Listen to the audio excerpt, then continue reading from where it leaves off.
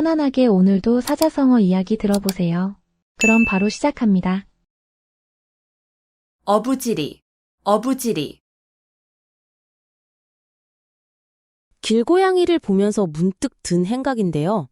저희 동네에 주황이랑 검은 고양이 2마리가 살거든요. 매일 똑같은 시간에 똑같은 쓰레기통 앞에서 만나서 으르렁거리면서 싸워요. 주황이는 덩치가 크고 검은 고양이는 날쌘데 둘 다 한치의 양보 없이 서로 밀어내기만 하더라고요. 그런데 어느 날 이 둘이 치열하게 싸우고 있는데 갑자기 회색 고양이 한 마리가 슬금슬금 나타나서는 쓰레기통 속 생선을 쏙 빼가버리는 거예요. 주황이랑 검은 고양이는 아직도 서로 째려보며 으르렁거리고 있는데 말이죠. 바로 이런 상황을 한자어로 표현한 게 어부질이에요.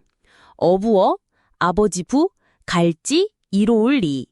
말 그대로 어부가 얻는 이익이라는 뜻인데 두 사람이 싸우는 사이에 제3자가 애쓰지 않고 이익을 차지한다는 의미거든요.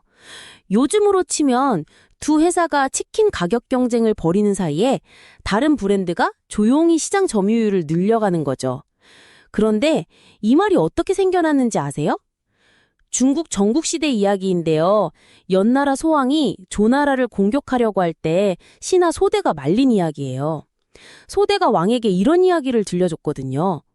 강가에서 조개가 입을 벌리고 햇볕을 쬐고 있었는데 도요새 한 마리가 날아와서 조개살을 쪼으려고 했어요.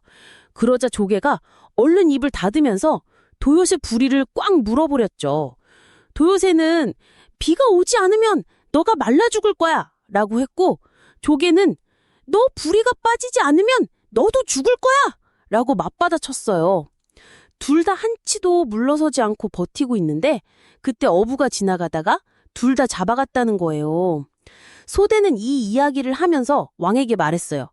연나라와 조나라가 서로 싸우면 결국 진나라가 어부지리를 얻게 될 것입니다. 정말 해안이었죠. 실제로 그 후 진나라는 다른 나라들이 서로 소모전을 벌이는 사이에 힘을 비축해뒀다가 결국 천하통일을 이뤄냈거든요. 그날 밤 집으로 돌아가면서 생각해보니 제가 그동안 놓친 기회들이 정말 많더라고요. 회사에서도 두 부서가 프로젝트 주도권을 놓고 티격태격하는 사이에 전혀 관련 없어 보이던 다른 팀이 조용히 성과를 내고 승진하는 걸 여러 번 봤거든요. 저는 그때마다 어떻게 저 사람이? 하면서 부러워만 했는데 지금 생각해보니 그들이 바로 어부였던 거예요. 때로는 치열하게 경쟁하는 것보다 한 발 뒤에서 상황을 지켜보는 지혜가 더 큰 기회를 가져다주는 법이니까요. 선남선녀, 선남선녀. 빨간불이 파란불로 바뀌는 걸 보며 문득 든 생각이었어요. 신호등 앞에서 기다리는 사람들의 모습을 보니까 정말 다양한 사람들이 있더라고요. 어떤 사람은 급하게 핸드폰을 보고 있고 어떤 사람은 여유롭게 하늘을 바라보고 있고 그런데 이상하게도 모든 사람들이 똑같이 파란불을 기다리고 있잖아요. 그 순간 생각이 든 게 우리는 모두 각자 다른 사연을 가지고 있지만 결국 같은 방향으로 가고 있는 게 아닐까 하는 거였어요. 오늘 이야기할 사자성어는 바로 선남선녀예요. 선남선녀는 착할 선, 남자 남, 착할 선, 여자 녀로 이루어져 있어요. 말 그대로 착한 남자와 착한 여자라는 뜻이죠. 근데 여기서 말하는 착함이 단순히 예의 바르고 질서를 잘 지키는 그런 착함이 아니에요. 불교에서 말하는 진정한 의미의 선량함, 즉 마음이 정말 깨끗하고 순수한 사람들을 가리키는 말이거든요. 이 말이 어떻게 생겨났는지 정말 재미있는 이야기가 있어요. 옛날 당나라 시대에 현장법사라는 스님이 있었어요. 서유기에 나오는 그 스님, 맞아요. 현장법사가 인도에서 불경을 가져와서 번역을 하는데 불경 곳곳에 선남선녀라는 표현이 계속 나오는 거예요. 부처님이 설법을 할 때마다 선남선녀여 하고 청중들을 부르시거든요.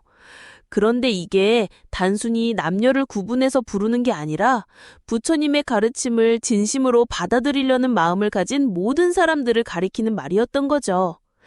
신분이 높든 낮든 부자든 가난하든 상관없이 진정성 있는 마음을 가진 사람이라면 모두 선남선녀였어요. 아까 신호등 앞에서 제가 깨달은 게 바로 이거였어요. 우리는 모두 다른 모습을 하고 있지만 결국 누군가를 위해 살아가고 있잖아요. 가족을 위해, 친구를 위해, 때로는 전혀 모르는 사람을 위해서도요. 그 마음 자체가 이미 선남선녀의 마음이 아닐까 생각이 들었거든요. 파란불을 기다리는 것도 결국 서로를 배려하는 마음에서 나오는 거니까요. 진정한 선남선녀는 특별한 사람이 아니라 일상 속에서 작은 선의를 실천하는 평범한 우리 모두인 것 같아요. 패가망신, 패가망신. 3초. 제 인생을 바꾼 그 짧은 순간이 있었어요. 엘리베이터에서 충수 버튼을 누르는 그 3초 동안 제가 내린 결정이 모든 걸 바꿔놓았거든요. 위로 올라갈 건지, 아래로 내려갈 건지, 아니면 그냥 나가버릴 건지. 그때 제가 선택한 건 위로 올라가는 거였어요. 그리고 그 선택이 저를 완전히 다른 사람으로 만들어버렸죠. 오늘 이야기할 사자성어가 바로 패가망신이에요. 패자는 무너질 패, 가자는 집가, 망자는 망할 망, 신자는 몸신. 합치면 집이 무너지고 몸이 망한다는 뜻이죠. 요즘 말로 하면 완전 망했다는 거예요. 가정도 파탄나고 자신도 완전히 몰락해버리는 상황을 말하는 거거든요. 그런데 이 말이 어떻게 생겨났는지 정말 흥미로운 이야기가 있어요. 중국 춘추 전국시대에 제나라에 민왕이라는 임금이 있었어요. 이 민왕이 처음엔 정말 훌륭한 왕이었거든요. 백성들을 사랑하고 나라를 잘 다스리고 신하들도 모두 존경했어요. 그런데 어느 날부터 이상하게 변하기 시작했어요. 사치와 향락에 빠져들기 시작한 거죠. 궁전을 더 크고 화려하게 짓겠다며 백성들에게 무거운 세금을 부과했어요. 아름다운 여인들을 후궁으로 들이느라 나랏돈을 물수도 썼고요. 신하들이 말려도 전혀 듣지 않았어요. 오히려 자신을 비판하는 신하들을 멀리하고 아첨하는 간신들만 가까이 두기 시작했죠. 결국 어떻게 됐을까요? 나라는 점점 기울어갔고 백성들의 원망은 하늘을 찔렀어요. 다른 나라들이 이 틈을 노려 제 나라를 공격하기 시작했고요. 민왕은 결국 자신이 쌓아 올린 왕조도 잃고 목숨마저 잃게 됐어요. 한때 번영했던 제 나라는 완전히 몰락해버렸죠. 이때부터 사람들이 이런 상황을 패가망신이라고 부르기 시작했어요. 그래서 그때 제가 깨달은 건 선택의 순간이 얼마나 중요한지였어요. 엘리베이터에서 위로 올라가기로 했던 그 순간, 저는 제가 정말 원하는 일을 하는 회사의 면접을 보러 가는 길이었거든요. 사실 그전까지는 안정적인 대기업만 바라보며 살았어요. 부모님이 원하시는 대로, 남들이 부러워하는 대로 살려고 했죠. 그런데 그날 면접을 보러 가면서 문득 민왕 이야기가 떠오른 거예요. 겉으로는 화려하고 안정적으로 보이지만 정작 자신이 정말 원하는 건 아닌 채로 살다가 나중에 후회하게 되는 게 진짜 패가망신이 아닐까 싶었거든요. 그래서 그 회사에 입사하기로 결정했어요. 비록 연봉은 적었지만 제가 정말 하고 싶었던 일이었거든요. 진짜 패가망신은 돈을 잃거나 집을 잃는 게 아니라 자기 자신을 잃어버리는 거더라고요. 언중유골, 언중유골. 3초. 제 인생을 바꾼 그 짧은 순간이 있었어요. 면접관이 저에게 마지막 질문을 던졌거든요. 본인의 단점이 뭐라고 생각하세요? 그때 저는 뻔한 답변 대신 이렇게 말했어요. 저는 완벽주의 성향이 있어서 때로는 팀원들에게 부담을 줄 수 있다고 생각합니다. 하지만 이런 성향 덕분에 프로젝트 완성도가 높아지는 장점도 있어요. 면접관의 표정이 확 달라지더라고요. 오늘 이야기할 사자성어는 바로 언중유골이에요. 언은 말씀언, 중은 가운데 중, 유는 있을 유, 골은 뼈 골자를 써요. 말 속에 뼈가 있다는 뜻인데 이게 무슨 의미일까요? 단순히 말만 하는 게 아니라 그 속에 진짜 핵심이 담겨 있다는 거예요. 겉으로는 부드럽게 말았지만 속에는 단단한 뼈대와 같은 진실이 들어있는 말이죠. 그런데 이 말이 어떻게 생겨났는지 아세요? 중국 당나라 시대에 유종원이라는 문인이 있었어요. 그는 정치적으로 어려운 시기를 겪으면서도 글쓰기를 멈추지 않았거든요. 어느 날 그의 친구가 물었어요. 자네 글은 읽기 쉬운데 왜 이렇게 강한 여운이 남는 거야? 유종원이 답했어요. 부드러운 말 속에도 꺾이지 않는 뼈가 있어야 한다네. 그래야 사람의 마음을 움직일 수 있어. 바로 이때부터 언중유골이라는 표현이 시작된 거예요. 그 면접에서 저는 처음으로 언중유골의 진짜 의미를 깨달았어요. 단점을 물어본 질문에 저는 솔직하게 답하면서도 그 속에 제 강점을 자연스럽게 녹여냈거든요. 거짓말을 한 게 아니라 진실을 효과적으로 전달한 거였어요. 면접관은 제 정직함과 동시에 상황을 현명하게 풀어가는 능력을 모두 볼 수 있었던 거죠. 진짜 좋은 말이란 무작정 좋은 소리만 하는 게 아니라 진심이 담긴 뼈대가 있는 말이에요. 그래서 저는 그 회사에 합격할 수 있었답니다. 분골쇄신, 분골쇄신. 버스 정류장에서 할머니 한 분이 제게 갑자기 말을 거셨어요. 얘야, 너는 뼈가 부러져도 해낼 일이 있니? 처음엔 무슨 말씀인지 몰랐거든요. 그런데 그 할머니가 하신 다음 말이 정말 깊었어요. 내가 젊었을 때는 말이야, 뼈가 부서져도 해내야 할 일들이 있었단다. 오늘은 그 할머니 말씀이 떠오르게 하는 사자성어를 이야기해 볼게요. 분골쇄신이에요. 분골쇄신은 분은 가루분, 골은 뼈골, 쇄는 부술쇄, 신은 몸 신자를 써요. 뼈를 가루로 만들고 몸을 부순다는 뜻이거든요. 듣기만 해도 아픈데 이건 그만큼 온 힘을 다해 노력한다는 의미예요. 목숨을 걸고 최선을 다한다는 거죠. 이 말이 어떻게 생겨났는지 정말 흥미로운 이야기가 있어요. 중국 한나라 때 곽거병이라는 젊은 장군이 있었거든요. 이 사람이 정말 대단했어요. 21살에 대장군이 된 천재 군사였죠. 그런데 곽거병이 흉노족과 싸울 때 했던 말이 바로 이거예요. 뼈가 가루가 되고 몸이 부서져도 나라를 지키겠다. 그 당시 흉노족은 정말 무서운 적이었어요. 말을 타고 달리면서 활을 쏘는 기마민족이라 한나라 군대들이 항상 고전했거든요. 그런데 곽거병은 달랐어요. 자신의 목숨을 걸고 적진 깊숙이 파고 들어가면서 연전연승을 거뒀죠. 정말로 뼈가 부서질 각오로 싸웠던 거예요. 그런데 안타깝게도 곽거병은 24살이라는 너무 어린 나이에 세상을 떠났어요. 아마 그 혹독한 전쟁 때문이었을 거예요.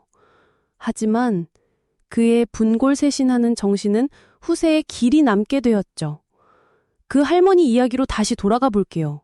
할머니가 말씀하신 건 전쟁 때 이야기였어요. 남편이 징집되어 나간 사이 혼자서 세 아이를 키우셨다고 하더라고요.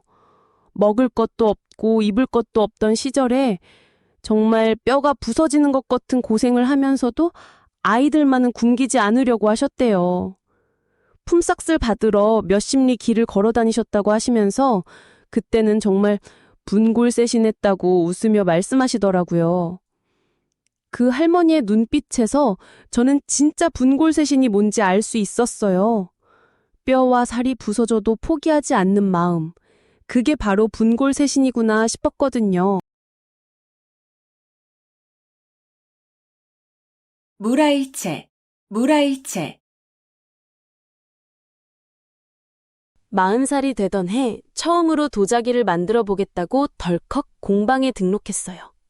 그런데 첫 수업에서 선생님이 하신 말씀이 정말 이상했거든요. 흙과 친구가 되세요. 라고 하시는 거예요. 흙이랑 어떻게 친구가 돼요? 그냥 빚으면 되는 거 아닌가? 라고 생각했는데 몇 주가 지나면서 이상한 일이 벌어지기 시작했어요. 무라일체라는 말 들어보셨나요? 물은 사물을 뜻하고 아는 나를 뜻해요. 일체는 하나가 된다는 의미거든요. 즉, 나와 사물이 하나가 된다는 뜻이에요. 그냥 집중한다는 말과는 차원이 달라요. 내가 그 대상과 완전히 하나가 되어버리는 경지를 말하는 거예요. 이 말이 어떻게 생겨났는지 정말 흥미로운 이야기가 있어요. 전국시대에 장자라는 철학자가 있었는데요. 어느 날 나비가 되는 꿈을 꾸었대요. 꿈속에서 자신은 완전히 나비였고 나비로서 자유롭게 날아다녔어요. 그런데 깨어나니까 자신이 장자더라고요. 그 순간 장자는 혼란에 빠졌어요. 지금 내가 나비 꿈을 꾼 장자인가?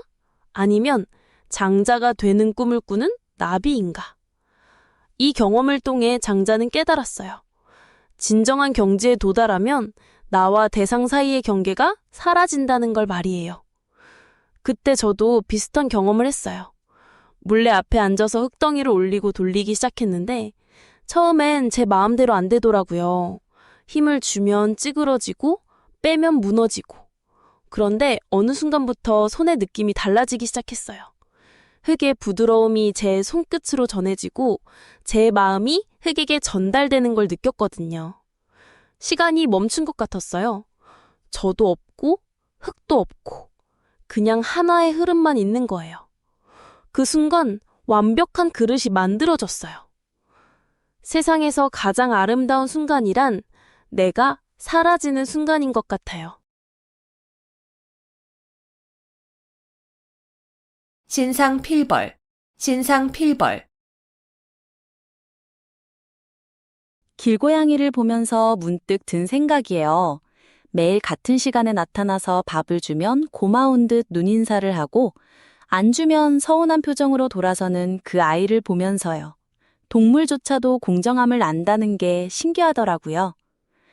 그런데 오늘 말씀드릴 사자성어가 바로 이런 공정함에 대한 이야기예요. 신상필벌이라는 말인데요. 믿을 신에 상 받을 상, 반드시 필에 벌 받을 벌. 믿음직한 공로에는 반드시 상을 주고 잘못에는 반드시 벌을 준다는 뜻이에요. 이 말이 처음 나온 건 중국 한나라 때예요. 당시 명장으로 유명했던 위청이라는 사람이 있었는데 이 사람의 군대 관리 방식이 정말 독특했거든요. 전쟁에서 큰 공을 세운 병사에게는 계급에 상관없이 큰 상을 내렸고 반대로 명령을 어기거나 잘못을 저지른 사람에게는 자신의 친족이라도 가차없이 벌을 줬어요. 어느 날 위청의 조카가 적진에서 겁을 먹고 도망쳤는데 다른 장군들은 가족이니까 이번 한 번만 봐주시죠 라고 말렸어요. 하지만 위청은 단호했어요. 전장에서는 가족을 없다. 규칙은 규칙이다. 라며 조카를 군법에 따라 처벌했거든요. 그 모습을 본 병사들이 얼마나 감동했을지 상상이 되시나요? 공정한 대우를 받는다는 걸 확신하게 된 거죠. 그래서 그때 제가 깨달은 건 결국 모든 관계에서 가장 중요한 건 신뢰라는 거였어요. 그 길고양이도 제가 공평하게 대해주니까 매일 찾아오는 거고 사람들도 마찬가지거든요. 잘한 일에는 제대로 인정해주고 잘못한 일에는 분명히 짚고 넘어가는 것. 그게 바로 진정한 리더십이고 건강한 관계의 시작이더라고요. 신상필벌, 공정함이야말로 모든 것의 기본이에요. 호사다마, 호사다마. 여러분, 제 핸드폰이 말을 한다면 아마 이렇게 말할 것 같아요. 주인님, 왜 좋은 일이 생길 때마다 저를 더 자주 확인하세요? 정말 신기하지 않나요? 복권에 당첨됐다는 문자를 받으면 혹시 잘못 온 건 아닌지 계속 확인하고 좋아하는 사람에게 고백받으면 꼼인지 뺨을 꼬집어 보고 승진 소식을 들으면 혹시 함정이 있는 건 아닌지 의심부터 하거든요. 이런 마음을 딱 표현한 사자성어가 있어요. 바로 호사다마인데요. 좋을 호자, 일 사자, 마늘 다자, 마귀 마자를 써서 좋은 일에는 마가 많다는 뜻이에요. 다시 말해 좋은 일이 생기면 오히려 나쁜 일이 따라올 가능성이 높다는 말이거든요. 그런데 이 말이 어떻게 생겨났는지 아세요? 중국 명나라 때 가정제라는 황제가 있었어요. 이 황제는 정말 운이 좋은 사람이었는데 어릴 때부터 모든 일이 다 잘 풀렸거든요. 황위에 오르는 것도 순탄했고 초기에는 나라도 평안했어요.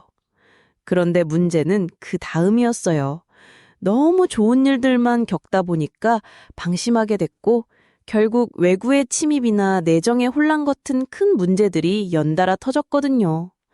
신하들이 폐하, 좋은 일이 너무 많으면 마가 낀다고 했습니다 하면서 경계해야 한다고 간언했는데 바로 여기서 호사다마라는 말이 나온 거예요. 그래서 그때 제가 깨달은 건 핸드폰을 자꾸 확인하는 제 모습이 바로 호사다마를 아는 본능이었다는 거예요. 좋은 일이 생겼을 때 더 조심스러워지는 마음. 그게 사람이 살아가면서 자연스럽게 터득한 지혜인 것 같아요. 행복할 때일수록 겸손하고 성공했을 때일수록 더 노력해야 한다는 뜻이니까요. 호사다마. 좋은 일에는 마가 많지만 그래도 좋은 일 자체를 두려워할 필요는 없어요. 다만 겸손한 마음으로 받아들이면 되거든요. 만시지탄, 만시지탄. 길고양이를 보면서 문득 든 생각이 있어요. 매일 아침 출근길에 만나는 회색 고양이 한 마리가 있거든요. 처음엔 쓰레기통 뒤에 숨어서 사람들을 경계하던 아이였는데 지금은 당당하게 길 한복판을 걸어 다녀요. 그 모습을 보면서 저도 모르게 제 자신을 돌아보게 되더라고요. 만시지탄이라는 말 들어보셨나요? 늦을 만, 때시, 갈지, 탄식할 탄. 때가 늦었다고 탄식한다는 뜻이에요. 뭔가를 시작하기엔 너무 늦었다며 한숨 짓는 마음을 담은 말이죠. 25에 영어 공부 시작하기엔 늦었다. 30에 새로운 취미 배우기엔 늦었다. 40에 꿈을 찾기엔 늦었다. 이런 생각 한 번쯤 해보셨을 거예요. 그런데 이 말이 어떻게 생겨났는지 아세요? 삼국시대 위나라에 왕찬이라는 문인이 있었어요. 어려서부터 글재주가 뛰어났던 그는 나라에 큰 공을 세우겠다는 꿈을 품고 있었어요. 하지만 나라는 계속 전쟁 중이었고 정치는 혼란스러웠죠.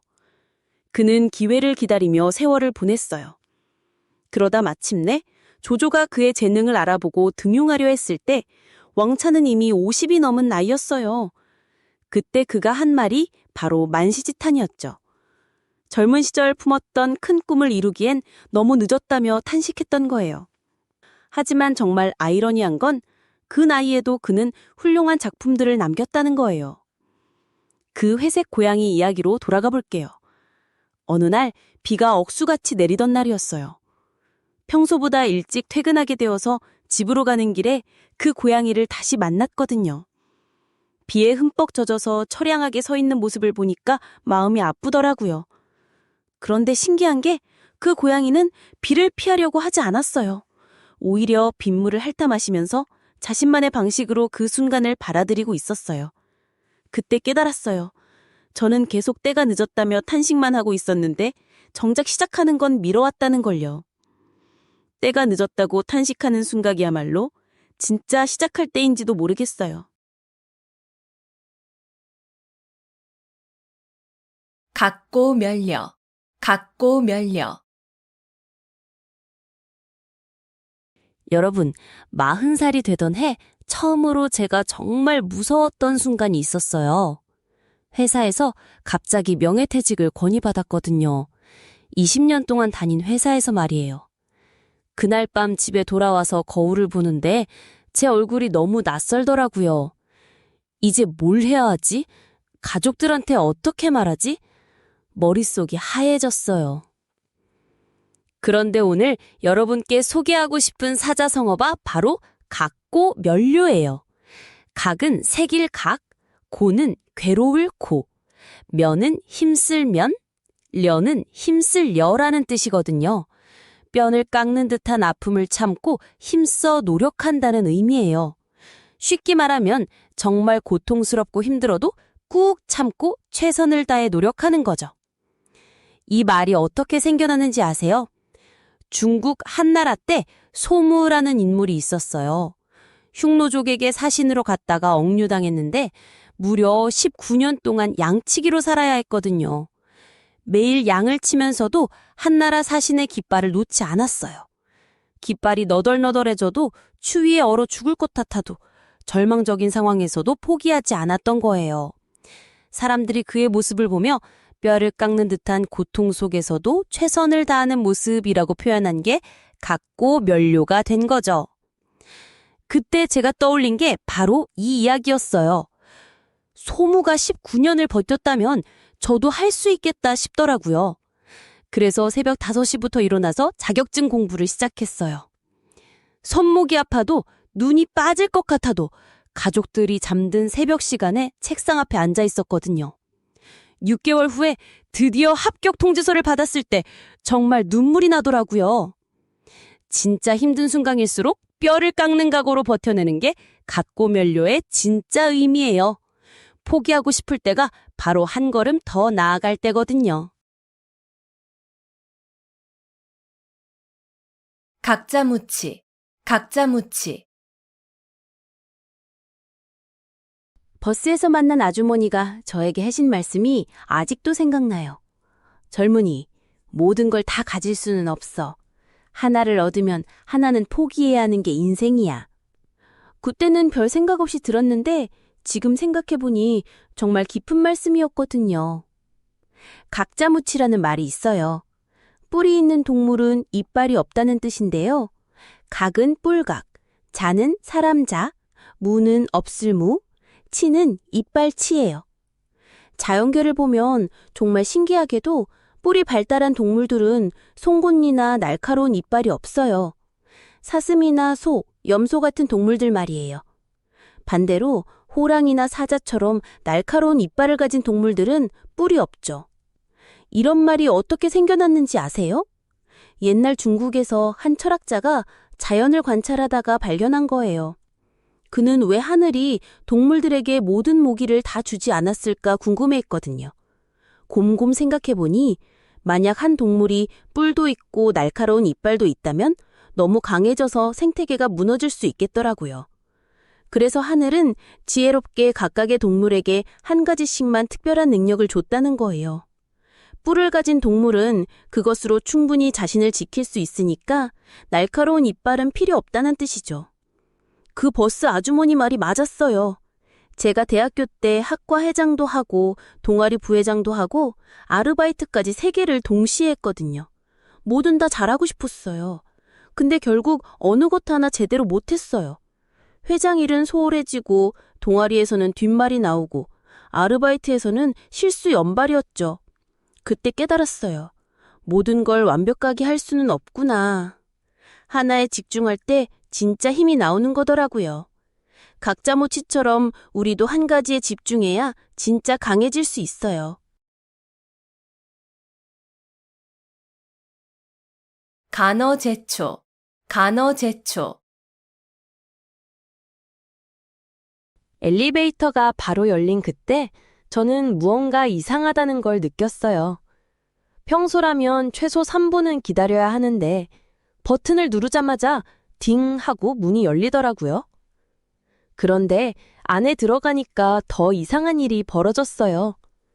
1층 버튼을 눌렀는데 2층에서 멈추고 3층 버튼을 눌렀는데 4층에서 멈추고 완전히 제멋대로였거든요.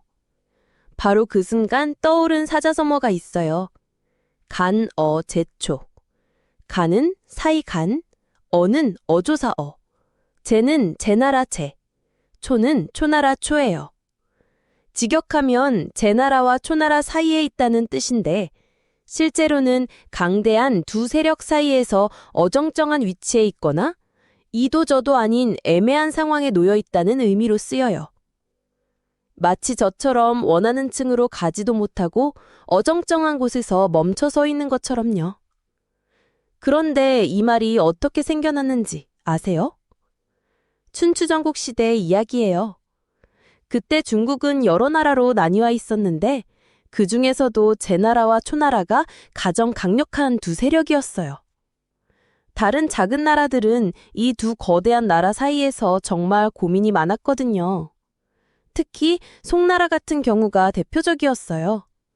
북쪽으로는 제나라, 남쪽으로는 초나라가 있었죠. 제 나라가 우리 편이 되어라 하면 네네 하고 고개를 끄덕이고, 초나라가 아니다, 우리 편이 되어라 하면 또 네네 하고 대답해야 했어요. 송나라 왕이 얼마나 스트레스를 받았을까요?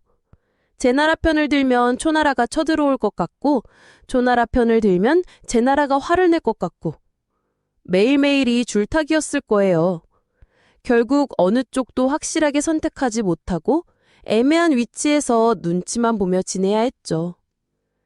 그래서 그때 제가 깨달은 건 저도 그 엘리베이터 안에서 송나라 왕과 똑같은 기분이었다는 거예요. 1층으로 가고 싶은 마음과 3층으로 가고 싶은 마음 사이에서 어정쩡하게 2층에 멈춰서 있던 거죠. 인생도 마찬가지더라고요.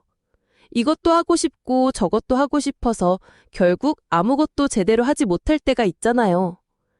때로는 애매한 중간 지점에 머무는 것보다 용기 내어 한쪽을 확실히 선택하는 게 답일 수도 있어요. 거한 재미, 거한 재미.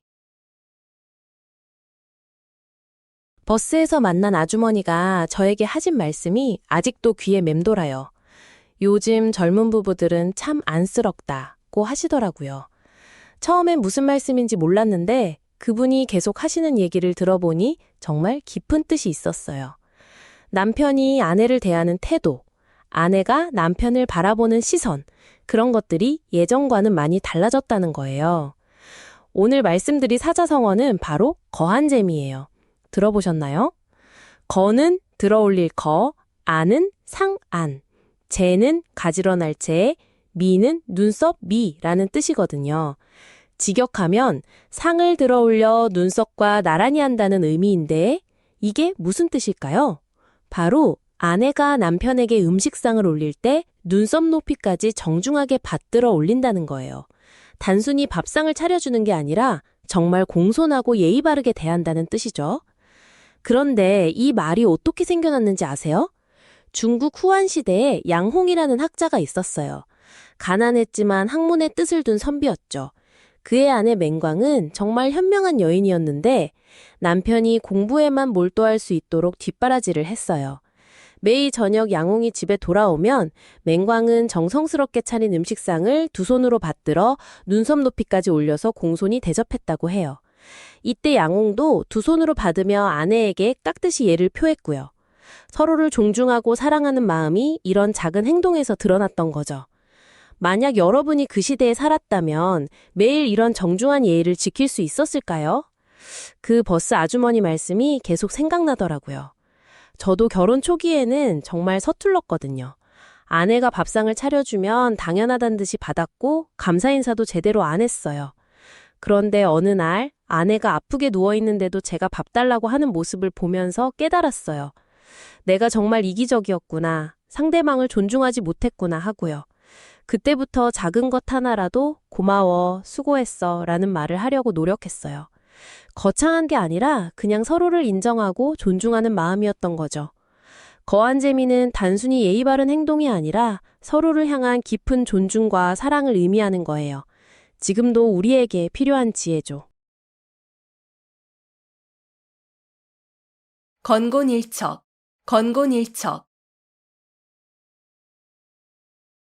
택시기사님이 뜬금없이 하신 말씀이 아직도 귀에 맴돌아요. 젊은이, 인생은 한 번 던지기예요. 망설이면 기회는 다시 안 와요. 그때는 무슨 말인지 몰랐는데 지금 생각해보니 정말 깊은 뜻이 담겨 있었거든요. 건곤일척이라는 말 들어보셨나요? 건은 하늘, 곤은 땅, 일은 한 번, 척은 던진다는 뜻이에요. 하늘과 땅을 걸고 한 번 던진다. 즉, 운명을 걸고 단 한 번의 승부를 벌인다는 의미예요. 정말 절체절명의 순간에 모든 걸 걸고 마지막 한 번의 기회에 모든 것을 거는 상황을 말하는 거죠. 요즘 말로 하면 all or nothing이랑 비슷한 거예요. 이 말이 어떻게 생겨났는지 정말 재미있는 이야기가 있어요. 중국 한나라 때 한신이라는 장군이 있었는데 이 사람이 정말 대단한 작전을 세웠거든요. 적군이 강 건너편에서 기다리고 있는 상황에서 한신은 자기 군사들을 강가로 몰고 갔어요. 그런데 놀랍게도 배를 모두 불태워 버렸어요. 군사들이 완전히 당황했죠. 장군님, 이러면 우리가 어떻게 돌아가요? 한신이 말했어요. 돌아갈 생각하지 마라. 이기거나 죽거나 둘 중 하나다. 정말 무서운 전략이었지만 군사들이 각오를 다지게 되면서 결국 대승을 거뒀다고 해요. 호세할 길을 아예 막아버리니까 앞으로 나갈 수밖에 없었던 거죠. 사실 저도 비슷한 순간이 있었어요. 그 택시를 탔던 날이 바로 제가 회사를 그만두기로 결심한 날이었거든요. 안정적인 직장을 포기하고 제가 정말 하고 싶은 일을 시작하려고 했는데 정말 무서웠어요. 가족들도 반대했고 주변에서는 미쳤다고 했죠. 그런데 그 택시기사님 말씀을 듣고 깨달았어요. 망설이고 있으면 정말 기회는 다시 안 온다는 걸. 그래서 그날 바로 사표를 냈어요. 떨리는 손으로 말이죠. 건곤일척. 때로는 모든 걸 걸고 한 번 던져야 할 순간이 있어요. 그 순간을 놓치면 평생 후회할 수도 있거든요. 격화소양, 격화소양. 지하철 2호선 출근길에서 본 풍경인데요. 한 남자분이 발을 동동 구르면서 신발 위로 계속 긁고 계시더라고요. 보는 저까지 답답해지는 거예요. 신발을 벗으면 될 텐데 말이죠. 이런 상황을 딱 표현하는 사자성어가 있어요. 바로 격화소양이에요. 격은 사이를 둔다는 뜻이고 화는 신발, 소는 긁는다, 양은 가렵다는 의미예요. 신발을 신은 채로 발가락을 긁는다는 뜻인데요. 핵심을 제대로 건드리지 못하고 겉돌기만 하는 상황을 말해요. 이 말이 어떻게 생겨났는지 정말 재미있는 이야기가 있거든요. 중국 당나라 시대에 언유라는 승려가 있었어요. 어느 날 제자가 스승에게 불교의 깊은 진리에 대해 질문을 했는데 언유가 이렇게 대답했어요. 그런 질문은 마치 신발을 신고 발가락을 긁는 것과 같다. 아무리 긁어도 시원하지 않을 것이다. 제자는 표면적인 질문만 하고 있었고 진짜 깨달음의 핵심에는 전혀 다가가지 못하고 있었던 거죠. 언유는 이런 상황을 신발 신고 발가락 긁는 것에 비유한 거예요. 그 지하철에서 발을 긁던 남자분을 보면서 문득 제 자신이 떠올랐어요. 몇 년 전 회사에서 큰 프로젝트를 맡았을 때 저도 계속 겉돌기만 했거든요. 회의를 수십 번 하고 보고서를 쌓아가며 바쁘게 움직였는데 정작 문제의 핵심은 전혀 파악하지 못하고 있었어요. 결국 프로젝트는 실패했고 그때서야 깨달았죠. 제가 하고 있던 모든 일이 격화소양이었다는 걸요. 진짜 중요한 건 신발을 벗는 용기였어요. 견권지정, 견권지정. 엘리베이터 거울에 비친 내 모습이 낯설어 보였어요. 아니, 정확히는 내 옆에 서 있던 그 사람과 함께 있는 내 모습이 낯설었다고 해야겠네요. 언제부턴가 우리는 서로를 바라보지 않게 됐고 같은 공간에 있어도 각자 다른 곳만 쳐다보고 있었거든요. 오늘 이야기할 사자성어는 견권지정이에요. 견자는 그리워한다는 뜻이고 건자는 사모한다는 의미예요. 지는 어조사고 정은 정이죠. 그러니까 견권지정은 간절히 그리워하고 사모하는 마음, 기쁜 애정과 사랑을 뜻하는 말이에요. 이 말이 어떻게 생겨났는지 정말 애절한 이야기가 있어요. 중국 당나라 시대 백거이라는 시인이 있었는데요. 그에게는 상심이라는 기생이 있었어요.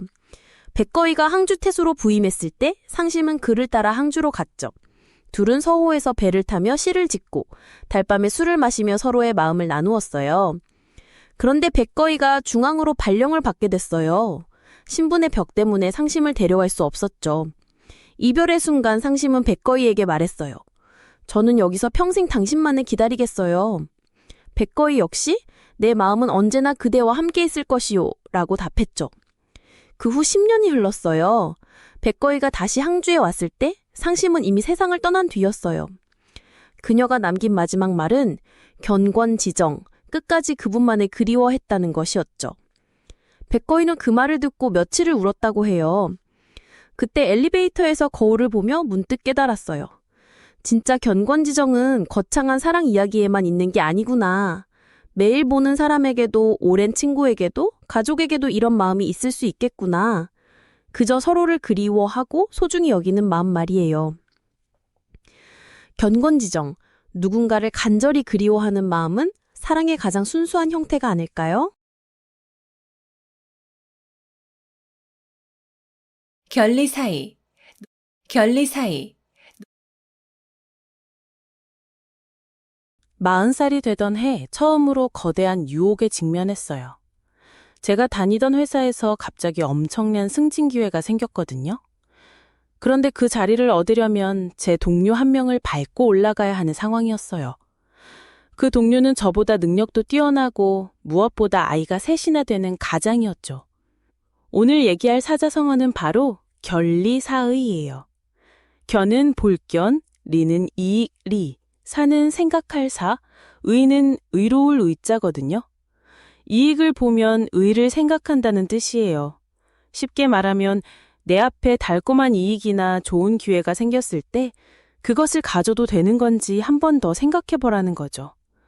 그냥 눈앞의 이익에만 눈이 멀어서 막 달려들지 말고 이게 정말 옳은 일인지 먼저 판단하라는 의미예요. 이 말은 공자님의 제자 중 한 명이었던 자로가 스승에게 물었던 대화에서 나온 거예요. 자로가 진정한 군자는 어떤 사람이어야 하나요? 라고 물었을 때 공자님이 대답하신 말 중 하나가 바로 견리사의였거든요. 당시 춘추전국 시대는 정말 혼란스러운 시대였어요. 나라마다 서로 속이고 배신하고 권력을 위해서라면 무엇이든 하는 그런 시대였죠. 그런 상황에서 공자님은 제자들에게 말했어요. 아무리 세상이 어지럽고 이익을 추구하는 게 당연해 보여도 진짜 어른은 이익 앞에서 한 번 더 생각해야 한다고요. 만약 여러분이 그 시대에 살았다면 어땠을까요?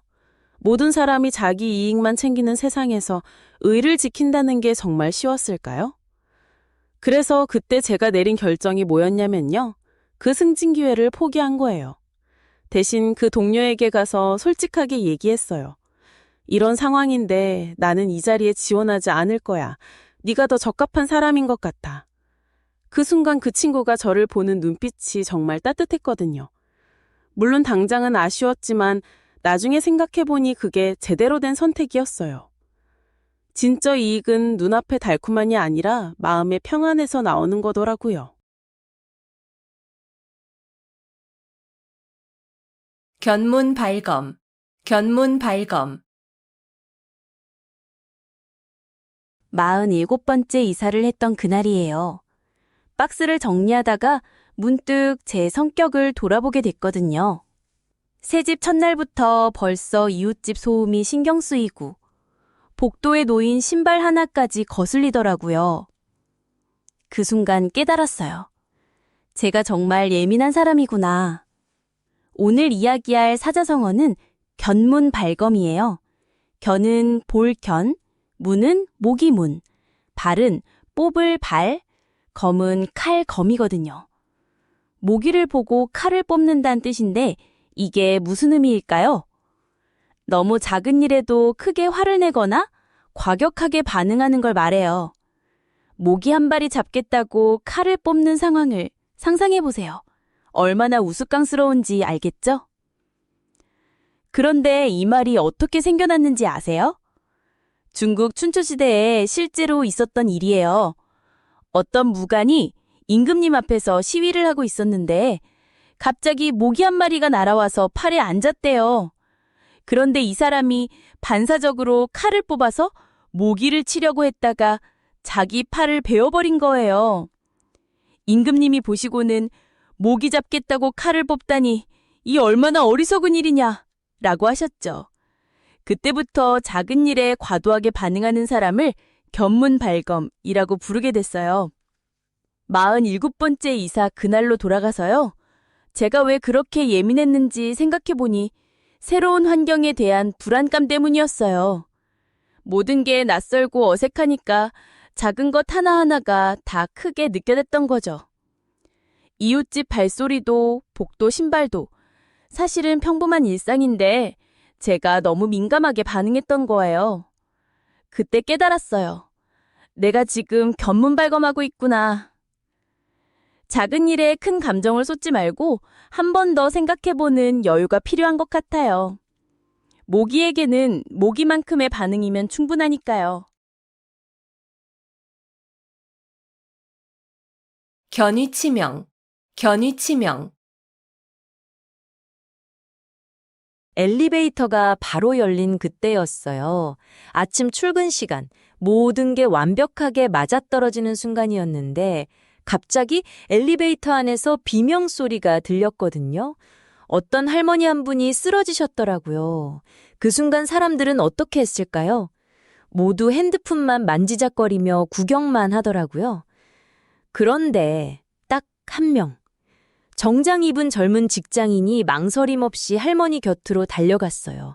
심폐소생술을 시작하면서 누군가에게는 119에 신고하라고 또 다른 사람에게는 자동 심장 충격기 가져오라고 소리쳤죠. 이런 상황에서 쓰는 말이 바로 견위치명이에요.